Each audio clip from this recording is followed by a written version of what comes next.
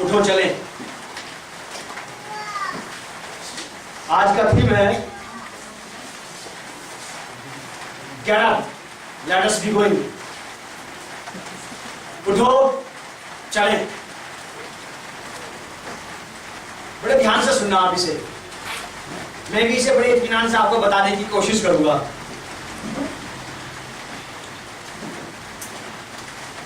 मेरे साथ निकाले आप मत्ती की किताब, उसका 26 अध्याय,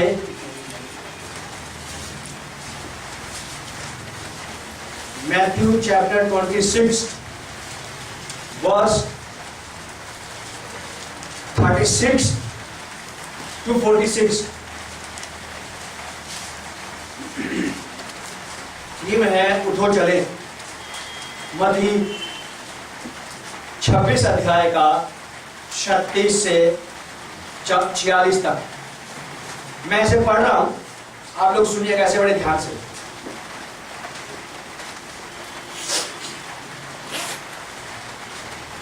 गतसमनी में प्रार्थना।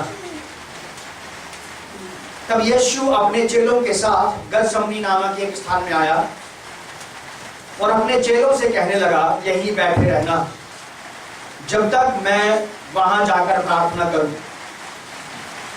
प्रभु यीशु मसीह ने उनको यह बोला कि जब तक मेरी प्रार्थना खत्म ना हो तब तक तुम यहीं बैठे रहना। अब पता नहीं वो कितनी देर प्रार्थना करने वाला है। कुछ ऐसे लोग जिनको प्रार्थना करने की आदत नहीं है, वो ऐसे लोगों से बचते हैं जो प्रार्थना करने वाले होते हैं कि इसके हफ्ते चढ़ना ठीक नहीं है, बैठ जाएगा 1.5-2 घंटे के लिए यहाँ लेके, इसके बाद जाना ठीक नहीं है।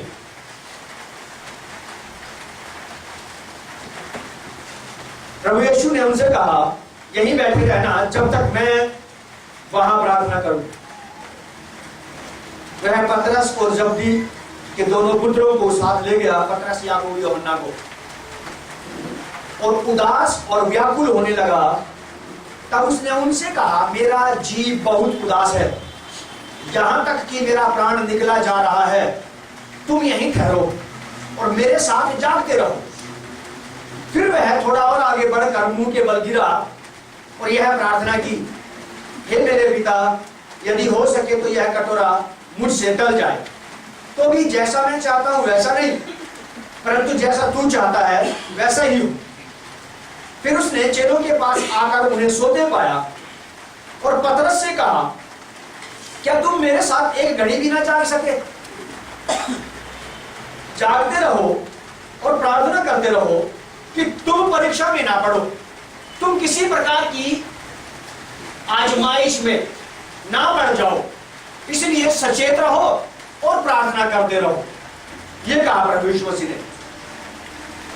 आत्मा तो तैयार है परंतु शरीर दुर्बल है। कभी कभी एक जिज्ञासा आती तो है अंदर किसी भी व्यक्ति के, हर एक क्रिश्चियन बिलीवर के, हर एक मसीह विश्वासी के लिए एक लालसा, एक भावना आती तो है कि यार प्रार्थना की जाए, लेकिन की जाएगी कितनी देर, ये बात की बात है। इसका शरीर कब तक इसका साथ देगा पता नहीं, क्योंकि अगर शरीर दुर्बल है तो आत्मा विजयी हो जाएगी, और अगर आत्मा तैयार है तो शरीर मारा जाएगा, पक्की बात। अगर शरीर तगड़ा है तो आत्मा को पछाड़ देगा, ये आपको 15 मिनट में प्रार्थना से निकाल के ले जाएगा। ये शरीर ये 10 मिनट में आपको निकाल के ले जाएगा। आधे घंटे का मैसेज सुनने के बाद आप घड़ी देखने लगेंगे, अब आपका शरीर आपके ऊपर हावी होने लगा है। 20 मिनट का लगातार संदेश सुनने के बाद आप अगले झांकने लगते हैं कि अब उठे कैसे यहां से। इसका मतलब आपका शरीर आपके ऊपर हावी हो रहा है, और आपके अंदर जो आत्मा है उसको आपने खाना खिलाया ही नहीं है, वो दुबला होता जा रहा है। उसका मन नहीं लग रहा प्रार्थना में, बेचैनी हो रही है उसे, क्योंकि शरीर तगड़ा हो गया है। तो यहां पे ऐसा लिखा है, आत्मा तो तैयार है परंतु शरीर दुर्बल है। फिर उसने दूसरी बार यह प्रार्थना की, हे मेरे पिता, यदि यह मेरे पिए बिना नहीं हट सकता तो तेरी इच्छा पूरी हो। ये दूसरा पॉइंट जोड़ दिया प्रभु यीशु मसीह ने। पहला पॉइंट कुछ और था, लेकिन हम इन पॉइंटों पे बात नहीं करेंगे। हमारा जो थीम है वो है उठो चले, और बस केवल 46 पद पे हम लोग फोकस करेंगे, 46 वर्ष पे। 43 में ऐसा लिखा है कि तब उसने आकर उन्हें फिर सोते पाया, क्योंकि उनकी आंखें नींद से भारी थी। उन्हें छोड़कर वह फिर चला गया। और उन्हीं शब्दों में तीसरी बार अपनी प्रार्थना उसने कंटिन्यू की। कभी कभी मैं भी ऐसे ही करता हूँ कि लंबी प्रार्थना के बाद उठता हूँ, थोड़ा सा काम किया, पानी गर्म करके पिया, वापस फिर उन्हीं शब्दों को पकड़ा, फिर प्रार्थना में शुरू हो गए। या किसी का फोन आया तो उससे बात की, उसके लिए प्रार्थना की और फिर वापस वहीं से स्टार्ट की अपनी प्रार्थना। मैंने भी यहीं से सीखा है, मैंने यहीं से सीखा यीशु मसीह से कि मैं अपनी प्रार्थना में से अगर 10 बार भी निकल जाऊं, मैं वहीं से शुरू करके वापस जा सकता हूं उसके पास। फिर उसने वहीं से प्रार्थना शुरू की। 44 में लिखा है, उन्हें छोड़कर वह फिर चला गया और उन्हीं शब्दों में फिर तीसरी बार प्रार्थना की। तब उसने चेलों के पास आकर उनसे कहा, अब सोते ही रहो, अब तुम्हें जागने की जरूरत नहीं।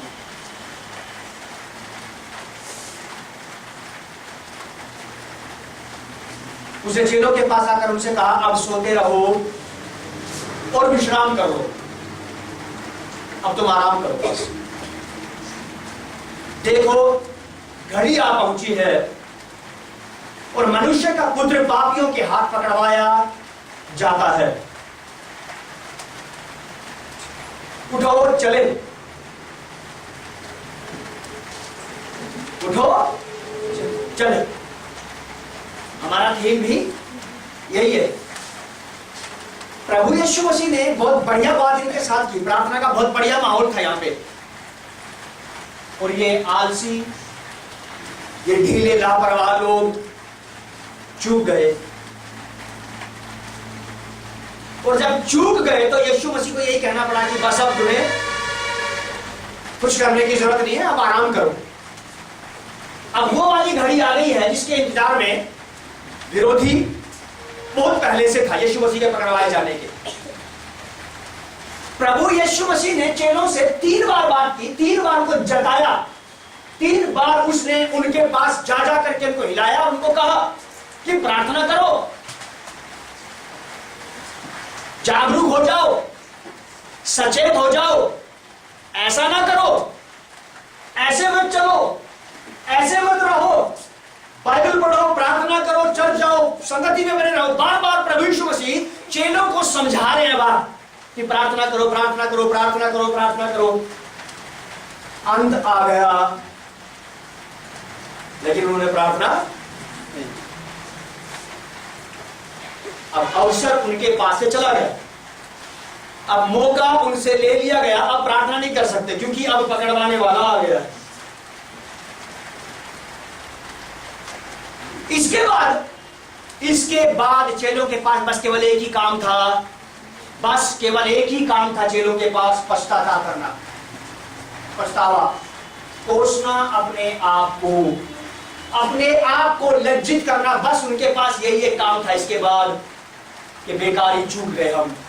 काश हमने उस वक्त उस व्यक्ति की बात मान ली होती, काश हमने ऐसा ना किया होता, काश मैं इधर से ना गई होती, काश मैं उधर से ना गया होता, काश मैंने जो मुझे वो बता रहे थे मैंने उनकी बात को ध्यान से सुना होता तो आज ये दिन देखना ना पड़ता। अब पछतावा करने से कोई फायदा नहीं है, तो चलो जगह छोड़ो, आगे की तरफ देखो, कुछ और सोचो, क्योंकि यहाँ तुम फेल हो गए, यहाँ तुम फ्लॉप हो चुके हो।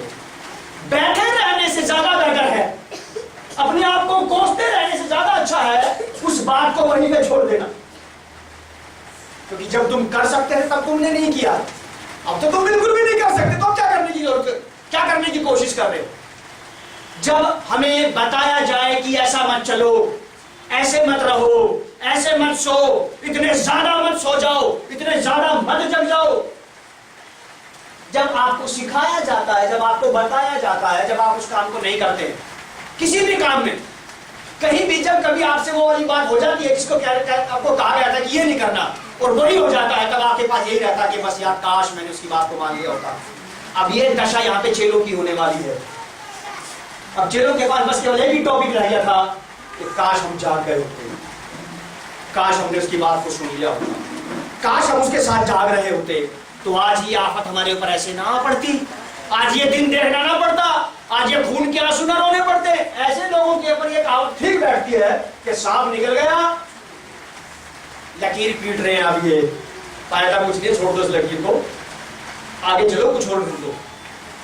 इसीलिए प्रभु यीशु मसीह को चेलों को फिर से बुस्टअप करना पड़ा कि पीड़ा अंदर झेलने से ज्यादा अच्छा है, और ज्यादा लेट हो जाओगे, अंदर दुख झेलने से ज्यादा अच्छा है जगह छोड़ो, उठो, कुछ और सोचो। मुर्दे को ज्यादा दिन रोने से कोई लाभ होने वाला नहीं है। जो घटना घट चुकी है, जो हादसा गुजर गया है, जहां आप हार चुके हो, जहां आप लुट चुके हो, जहां आप पूरी तरह से अब खत्म कर चुके हो अपने हाथ से सब कुछ, अब आपको उसका अफसोस जताने की जरूरत नहीं, क्योंकि यह अफसोस आपको और ज्यादा पीछे ले जाएगा। यह अफसोस आपके जीवन में एक नया अध्याय नहीं जोड़ेगा, यह अफसोस आपके जीवन में एक नया पन्ना नहीं जोड़ देगा, यह अफसोस आपके जीवन में एक नया दिन नहीं ले आएगा। ये आपको वहीं रखेगा 10 साल तक, वहीं आपको रखेगा ये 5 दिन तक, या आपको 8 दिन तक वहीं रखेगा। जितने दिन आपको वहां से निकलने में देर होगी, उतने दिन आप लेट रहोगे वहां से बाहर आके, तो कुछ नया सोचने में, कुछ नया करने में। इस दुनिया में एक भी घर ऐसा नहीं है जमीन पे जिस घर में कोई मृत्यु ना हुई हो। जब कोई मर जाता है तो बड़ा जबरदस्त ललकार होती है वहां पे, ऐसा लगता है कि इसी आदमी के साथ 4-6 लोग और मर जाएंगे घर के, बढ़िया जी रहे हैं फर्स्ट क्लास। उसके बाद क्योंकि किसी के जीवन के समाप्त होने के बाद किसी का जीवन समाप्त है। पड़ोसी रिश्तेदार आकर के बोलते कोई बात नहीं, आज उन्हीं घरों में भी शादियां हो रही है, उन्हीं घरों में जन्मदिन मनाए जा रहे हैं। 1.5 साल पहले तो हल्ला मचा रहे थे कि मैं भी जाऊंगी इसके साथ ही, तो बढ़िया मजे करती फिर रही है यार। तू भी कह रहा था कि मैं मर जाऊंगा इसके बिना, तो बढ़िया फर्स्ट क्लास आनंद कर रहा, जीवन का मजा ले रहा है। एक समय था वो, लोगों ने समझाया और वहां से निकला तो इसने जीवन के आनंद में नहीं प्रवेश किया, कुछ नया करने क्या, कुछ नई जगह पे आ गया। ये वैसे ही प्रभु यीशु मसीह चेलों को और आपको मुझे समझा रहे कि उनको अफसोस की जगह से खड़े हो जाओ, छोड़ दो सारी बातों को, जो गुजर गया उसको जाने दो, कुछ नया करने का विचार नहीं। हम आपस में नहीं करते बात, छोड़ो यार कोई बात नहीं, जो हो गया वो तो वापस नहीं आ सकता, क्या करेंगे, मिट्टी डालो यार, आगे बढ़ो, क्योंकि आगे बढ़ना ही जीवन है। वहीं बैठे रह जाना जिंदगी नहीं है। यहां बैठे रहने से जंग लग जाएगा, खुमार आ जाएगा, आलस्य और निराशा हमें घेर लेंगे और बर्बादी पूरी तरह से हमारे ऊपर आ धमकेगी। एक भी आदमी ऐसा नहीं है साहब जिसके जीवन में कभी अफसोस ना आया, क्या उस वक्त में चूक गया, बार बार इसी मुर्दे को क्यों याद करना। यहां कुछ लोग ऐसे भी हो गए जो कल ही चूके, जिन्होंने कल ही मार खाई होगी। यार वो वाला काम अगर मैंने ना किया होता ना, काश, अरे उठो चलो, छोड़ो इस जगह को। प्रभु यीशु मसीह आपको और मुझे जीवन का बहुत बेहतरीन फलसफा सिखा रहे हैं, बहुत बढ़िया तरीका सिखा रहे हैं, बढ़िया चीज प्रभु यीशु मसीह सिखा रहे हैं आपको मुझे कि उठो, छोड़ो पुरानी बातों को, नया देखने की कोशिश करो। ये वो वाला यीशु मसीह है जिन्होंने अभी थोड़ी देर पहले इसकी बात नहीं मानी, और यही कह रहा है ये वाली बात कि अब उस समय को वापस घुमा के ले आना तुम्हारे बस की बात नहीं है, तुम हाथ तो चुके ही हो। चलो फिर भी मैं यीशु मसीह तुम्हारे साथ ये कह रहा हूं कि चलो अगले स्टेप पे तुम्हें वीजा दिलाऊंगा। Praise the Lord. जिस यीशु मसीह को आप बहुत पीछे बहुत बार छोड़ा है, तब भी वो आपको ये कहता कोई बात नहीं, मैं फिर से तेरे लिए एक बार सब कुछ नया कर दूंगा। यही यीशु मसीह कह रहे हैं कि उठो चलो छोड़ो यार कोई बात नहीं। इसके अफसोस में डूब के मरने से ज्यादा बेटर है, इसके अफसोस में दिल गुजारने से ज्यादा अच्छा है। यीशु मसीह ने कहा कि उठो चलो मेरे साथ, क्योंकि यही जीवन समाप्त, यही सारा दर्शन, सारा मिशन समाप्त। स्वर्ग का दर्शन यहीं पे समाप्त नहीं हो जाता। भले ही उन्होंने प्रभु यीशु मसीह की बात नहीं मानी, और आपने भी बहुत बार यीशु मसीह की बात नहीं मानी, लेकिन वही स्वर्ग का दर्शन खत्म नहीं हो गया, वहीं पे स्वर्ग की वो बुलाहट जो आपकी आई थी खत्म नहीं हो गई। अगर हो जाती तो यीशु मसीह को ये कहना पड़ता कि यहीं बैठे रहो, बस तुम्हारा जीवन यहीं पे शुरू हुआ था और यहीं पे समाप्त। हम में जितने लोग यहाँ पे बैठे हैं, हमारा सबका इतिहास है यीशु मसीह को ठगने का, यीशु मसीह को धोखा देने का। हम में से हर एक व्यक्ति के पास एक गाथा है, यीशु मसीह को मैंने कब धोखा दिया। फिर भी वो कह रहा है कि छोड़ो पुरानी बातों को, चलो मेरे साथ। ऐसा दिलेर, ऐसा अनुभवी, ऐसा सुलझा हुआ व्यक्ति मैंने नहीं देखा। आप एक बार धोखा खाते हो किससे नहीं, और क्या कहते हो कि यार उससे हाल करना ठीक नहीं है यार, अपने बारे में यीशु मसीह से पूछो कि मेरे बारे में आपका क्या ख्याल है, वो कहेगा यीशु मसीह कह रहा है कि जब से तू आया तब से धोखे तो दे रहा है, और जब तक रहेगा तब तक तू मुझे ठगता रहेगा, लेकिन मुझे देख मैं लूटने और ठगने को तेरे हाथों तैयार हूं। उठो चलो मैं तुम्हें आगे ले चलता हूं। उठो चलो इस बात को यही समाप्त करो, अफसोस मत करो। 3 बार प्रभु यीशु मसीह ने आके चेलों से कहा कि जागो प्रार्थना करो, लेकिन वो फेल हो गए साहब। आपकी हमारी स्थिति भी ऐसी है बहुत बार। अगर कभी आपके जीवन में कुछ भी ऐसी बात हुई है तो उसको छोड़ दो आप पीछे और आगे बढ़ो, क्योंकि अतीत भविष्य के ऊपर बड़ा भयंकर असर डालता है। अतीत भविष्य का आनंद लेके नहीं देगा, खा जाएगा इसको। यीशु मसीह ने बहुत बढ़िया बात कह दी, मेरे लिए तो बहुत अच्छी बात है, छोड़ो चलो सजीव कुमार उधर चले गए, वो चलते हैं। अब मैं तुम्हें नए स्टेप सिखाऊंगा, कुछ और बताऊंगा। आप और मैं भी तो यही करते हैं कि प्रभु मैं इस बार तो चूक गई, लेकिन अगली बार नहीं चूकूंगी मैं, मुझे और तुम चूकेंगे आप। लंबे समय तक आप प्रभु के साथ चले बढ़िया तरीके से। धन्य है हम कि हमारे पास ऐसा यीशु है जो कहता है कि उठो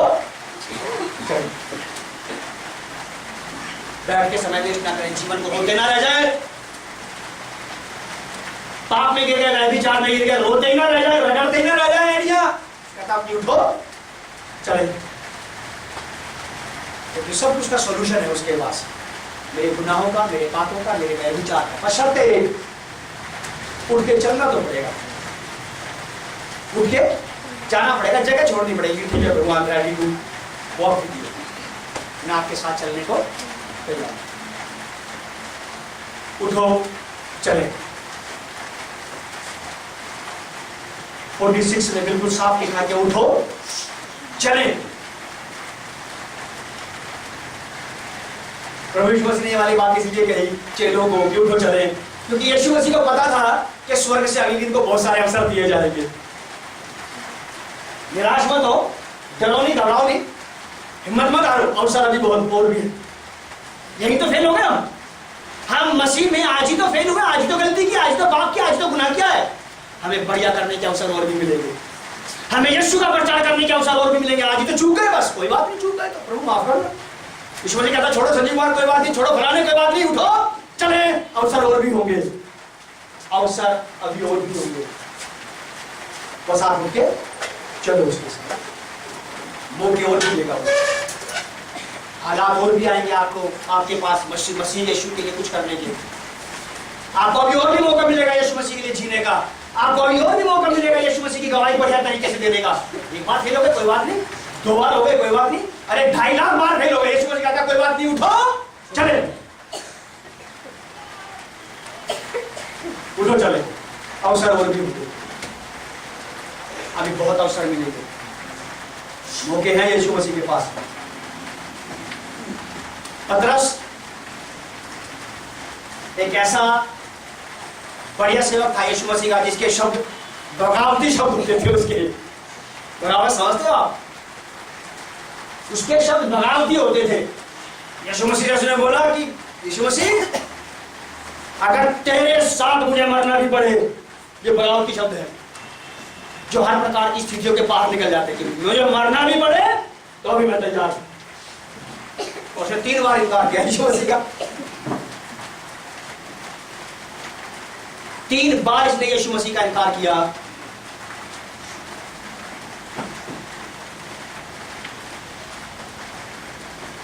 मैंने एक पिक्चर देखी थी, पैशन ऑफ क्राइस्ट, आपने भी देखी होगी, उसको देख लेना एक बार फिर।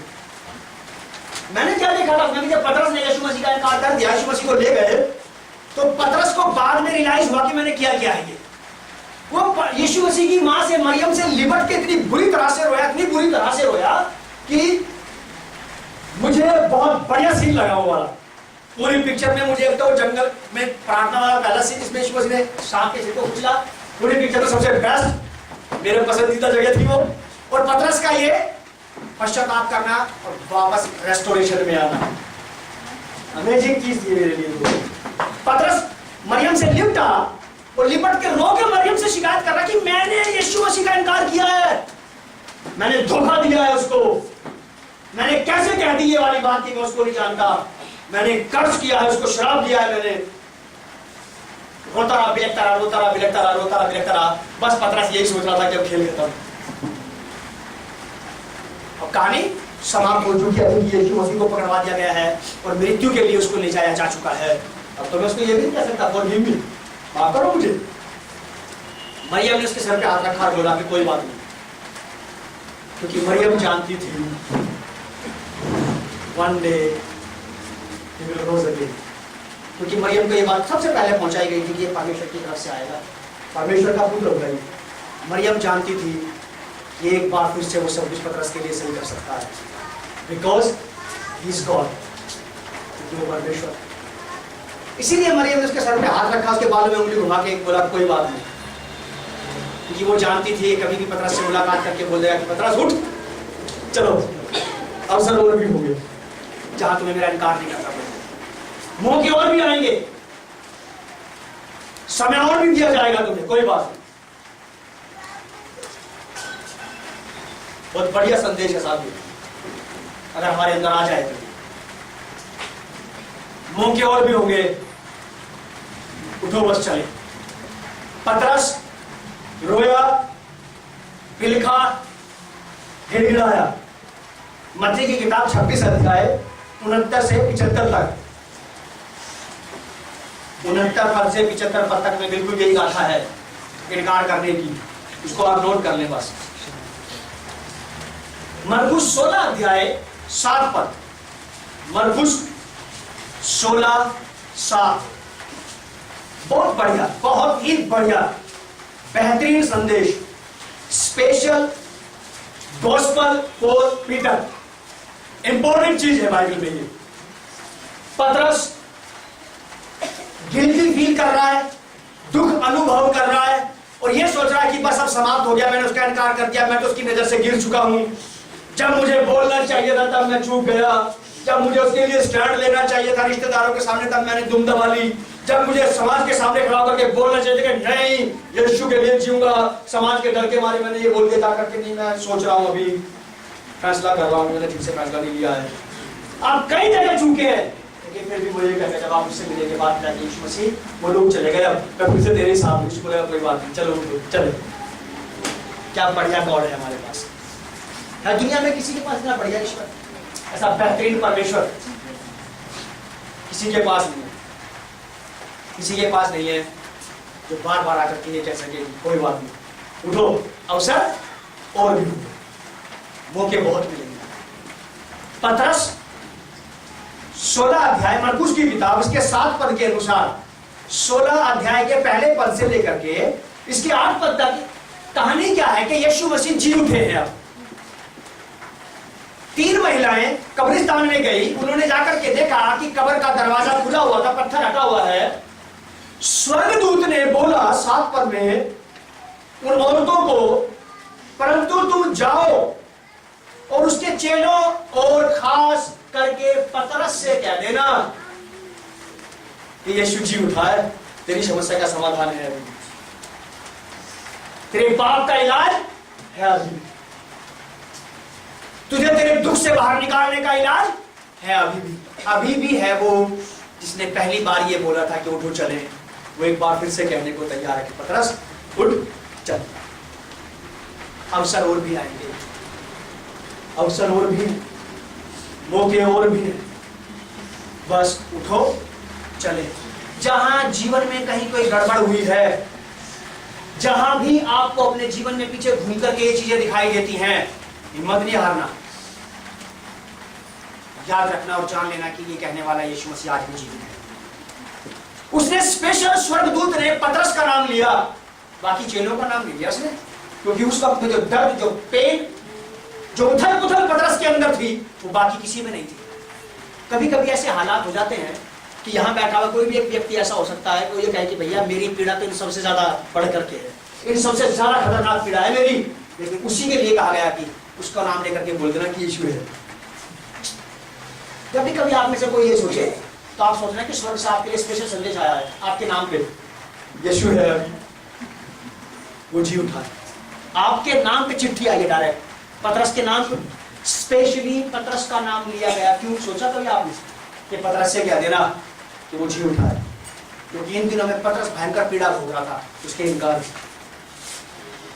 गिल्टी, लज्जा फील कर रहा था, वो शर्मिंदगी हो रही थी उसको कि कैसे मुझ जैसे पतरस ने बनावटी शब्द बोलने वाले ने कैसे यीशु मसीह का इनकार कर दिया, और वो भी लोगों के सामने। स्पेशल संदेश आता है स्वर्गदूत के द्वारा कि और पतरस से कह देना कि वो जी उठाए, पतरस से कह देना कि अवसर और भी आएंगे, अवसर और भी आएंगे, अवसर और भी आएंगे। यूहन्ना की किताब उसका 21 अध्याय, पतरस का पुनः स्थापन।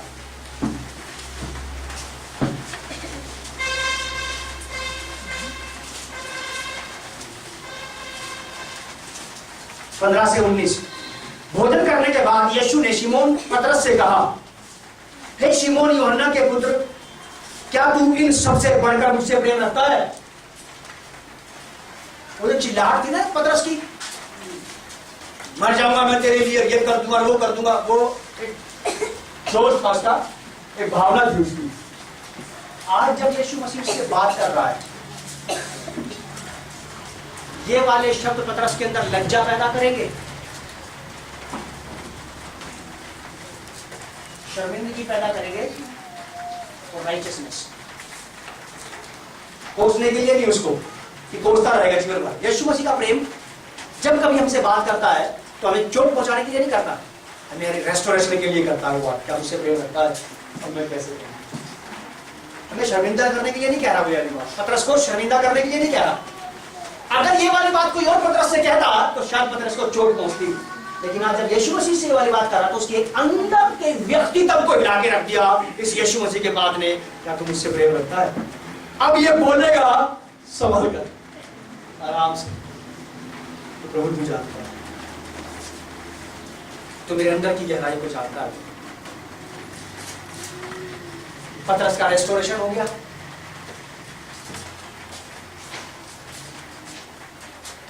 उसने इसको जिम्मेवारी दे दी फिर से, मेरी भेड़ों को चरा, मेरे मेमनों की रखवाली कर, मेरी भेड़ों को चरा। उसने पतरस को फिर से पुनः स्थापित किया। ये थी वो वाली बात पतरस के लिए कि उठो चले, काम और भी है, बहुत काम है, अवसर और भी मिलेंगे। पतरस उठो और चले, यहां से उठो अफसोस की जगह से, ये तुम्हें खा जाएगी, ये तुम्हें कहीं का नहीं छोड़ेगी, तुम्हारे पाप तुम्हें बार बार याद आते रहेंगे। लेकिन यीशु ने बोला कि उठो चले, उठो चले, पछतावा आदमी को कहीं का नहीं छोड़ता। अगर ये बार बार आता रहता है तो कोशिश कर, विचार कर लेना, विश्वास कर लेना आपकी, आपको वापस खींच के ले जाने की कोशिश कर रहा है वहां जहां से यीशु मसीह ने आपको ये कहा था कि उठो चले। अफसोस, पछतावा आपको वापस ले जाएगा वहां। फिलिपियों की पत्री 3 अध्याय, फिलिपियंस 3 अध्याय का 13 पद का बी पार्ट, पौलुस प्रेरित बहुत बढ़िया बात कह रहा है यहां पे। सेकंड पॉइंट है ये हमारा। बी पार्ट में लिखा है कि परंतु केवल यह एक काम करता हूं कि जो बातें पीछे रह गई हैं उनको भूलकर आगे की बातों की ओर बढ़ता हुआ निशाने की ओर दौड़ा चला जाता हूं, ताकि वो इनाम पाऊं जिसके लिए परमेश्वर ने मुझे यीशु मसीह में चुना था। पतरस ने सारा मामला खराब कर दिया था। पतरस तो चुना तो गया था आखिर किसी मेन स्पेसिफिक वर्क के लिए, एक मिशन के वर्क के लिए तो पतरस को चुना ही गया था ना। लेकिन पतरस ने अपने कामों से, अपने विचार से उस काम को डैमेज कर दिया, खत्म कर दिया। लेकिन बुलाहट अभी भी समाप्त नहीं हुई। विजन अभी भी परमेश्वर का उसके हाथ से गया नहीं था, अभी भी आशा थी। आशा थी, ये डिवाइन प्लान था, इटर्नल प्लान था, गॉड्स प्लान था, इसीलिए कभी भी समाप्त नहीं हुआ। ना परमेश्वर ने खुद समाप्त किया, ना पतरस को समाप्त करने दिया, और ना शैतान को समाप्त करने दिया परमेश्वर ने इस प्लान को। फिर से वापस पतरस को पुनर्गठित किया, फिर से खड़ा किया, स्ट्रॉन्ग किया उसने। और रिस्पॉन्सिबिलिटी दी इस पतरस को जिसने इनकार किया था, वह पतरस जो सो गया था, जो कई बार चूका, एक बार फिर से इसके पास अधिकार था। एक बार फिर से यीशु मसीह ने इसके ऊपर विश्वास किया कि मेरे मेमनों की देखभाल कर, मेरी भेड़ों को चरा, मेरी भेड़ों की रखवाली कर। एक बार फिर से इस पर ट्रस्ट किया गया, क्योंकि यीशु मसीह एक बेहतरीन सुलझा हुआ लीडर जो ये कहता कि उठो चले, छोड़ो, नुकसान होते रहेंगे लेकिन सही करने के अवसरों में भी बहुत होंगे। नुकसान होते रहेंगे लेकिन सही करने के अवसर आपको फिर भी दिए जाएंगे। उठो चले। पुरानी अफसोस की जगह कितने मुद्दे आपके किसी के साथ उलझे हुए हो, कितना ही तनाव आपका किसी के साथ रहा हो, कितना ही झगड़ा आपका किसी के साथ रहा हो, कितना ही आपका लेन देन में हालात बद से बदतर हो गए, कोई बात नहीं, लेकिन उठो चले, उठो चले, उठो चले। क्योंकि यदि आप अपने मुद्दे पे सदा किसी एक ऐसी बात करते रहेंगे तो लोग आपको देख के छिपेंगे, फिर यार ये फिर आगे वही वाली बात करेगा, यार ये आपको लोग दूर से देख के कटना शुरू कर देंगे कि यार इससे मिलना ठीक नहीं, ये वही वाली बात करेगा। पतरस को फिर से पुनर्गठित किया गया, और फिलिपियों की पत्री में पौलुस ने बहुत बढ़िया बात कह दी साहब। वो कहता है कि परंतु केवल यह एक काम करता हूं, जो बातें पीछे रह गई हैं उनको क्या करके, जहां मैं फ्लॉप हुआ था, जहां मैं फेल हुआ था, जहां मैं असफल हुआ था, जहां मैं चूक गया था, जहां मैंने सही काम नहीं किया, जहां मैंने यीशु मसीह के लिए सही जीवन नहीं जिया, मैं उन बातों को भूलकर अपनी मेमोरी से मिटा के, क्योंकि उसने भी मेरे पापों को मिटा दिया है। आपकी हार की बातें आपको पीड़ा पहुंचाती हैं, लेकिन भुला दो इनको, कोई लाभ नहीं होगा आपको इनसे। आपकी अनजाकारिता की बातें, जहां आप चूक गए, जहां आपने झूठ बोला, जहां आपने बार बार जरा सा, जहां हम चूके, उन बातों को बार बार याद करने का मतलब है अपने आप को पीड़ा पहुंचाना, और डिवाइन प्लान को अपने लिए कवर कर देना, ढांक देना, ताकि वो पूरा ना हो सके। पतरस फिर से स्थापित किया गया, और उसने बहुत बढ़िया बात कह दी, बस केवल यही एक काम मैं करता हूं, तो क्या कि मैंने पीछे की बातों को भुला दिया है, छोड़ दिया है, अब मैं आगे की तरफ देखता हूं। प्रभु मैं स्वीकार करता हूं, मैंने आपके फलाने वाले प्रोजेक्ट को बिल्कुल फ्लॉप कर दिया, खत्म कर दिया, खंडन कर दिया, डैमेज कर दिया, लेकिन मुझे आशा है कि आप मुझसे कह सकते हैं कि दैट्स, मेरे साथ खड़े हो जाओ, खड़े नहीं होना आप लोग। यीशु मसीह कह सकता है ये वाली बात, उठो और चलो मेरे साथ, क्योंकि मैं अवसरों का खजाना हूं, मैं मौकों की बहुतायात हूं। यीशु मसीह कह रहे हैं वाली बात, मैं मौकों की बहुतायात हूं और अवसरों का खजाना हूं। एक चला गया कोई बात नहीं, अवसर और भी होंगे, चलो उठे चले। बैठने की अपेक्षा अफसोस करने की बजाय वो कहता है 14th आयत में, पौलुस कहता है निशाने की ओर दौड़ा चला जाता हूं, ताकि वो वाला इनाम पाऊं जिसके लिए मुझे बुलाया। मैं फ्लॉप तो बहुत बार हुआ हूं, मैं गिरा तो बहुत बार हूं, बचपन में बीमार तो बहुत बार हुआ हूं, लेकिन प्रभु ने जिंदा रहना था, तो इसीलिए आज 40 साल की एज तक पहुंच गया हूं। बहुत बार बीमारियां नहीं आई क्या जीवन में? क्या अभी भी बीमारी नहीं चल रही है? लेकिन इसको जिंदा रखना तो वो रख लेगा, स्वाइन फ्लू का चाहे दादा भी आ जाए। क्या सोचते हो आप? उसका विजन था कि ये काम पूरा करेगा ये व्यक्ति, और आपको जब तक वो काम पूरा ना हो जाए मरने नहीं देगा। वो आपको मरने नहीं देगा, आपको ना तो खुद छोड़ के जाने देगा उसको, ना आपको खुद छोड़ेगा, कभी भी नहीं। जिस उद्देश्य के लिए उसने बुलाया है, क्योंकि गॉड्स प्लान है, हमेशा ही पूरा होते रहेगा साथ। उठो चले, जो चलेंगे वो अवसर पाएंगे, जो बैठे रहकर अफसोस करते रहेंगे उनके लिए कोई अवसर नहीं। 14th आयत, निशाने की ओर दौड़ा चला जाता हूं ताकि कहीं इनाम पाऊं जिसके लिए परमेश्वर ने मुझे मसीह यीशु में ऊपर बुलाया। यशायाह की किताब उसके 7 अध्याय के पहले पद में लिखा है, उठ प्रकाशमान हो, उतार दे अंधेरे की चादर। उठ प्रकाशमान हो, उतार दे निराशा की चादर। उठ प्रकाशमान हो, छोटे सारे अफसोस और खड़ा हो जा। उठ प्रकाशमान हो, क्योंकि तुझे एक बार फिर से प्रज्वलित करने वाला प्रकाश आ गया। एक बार तुझे फिर से प्रकाशित करने के लिए मैं यहां हूं। उठ, क्योंकि तेरा प्रकाश मैं हूं। I am your light. मैं तेरे लिए अवसरों की बहुतायत हूं। Come to me. मैं तेरे लिए मौकों का समंदर हूं, मौकों की खदान हूं मैं, जो कभी समाप्त नहीं होगी। देता रहूंगा।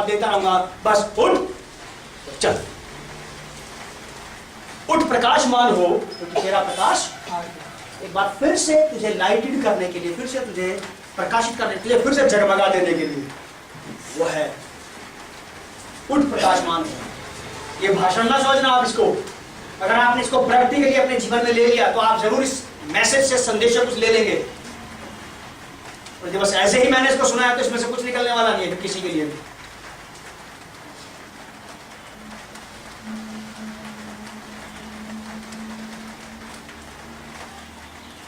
रोमियो की पत्री 11 अध्याय 20 पर बहुत बढ़िया, बहुत बेहतरीन आयत है, बहुत ही बेहतरीन है। आपको बड़ा दिलासा मिलेगा इससे, मुझे नहीं मिलता है। रोमन्स 11:20, मजा आ जाएगा आपको ये वाला पद पढ़ के।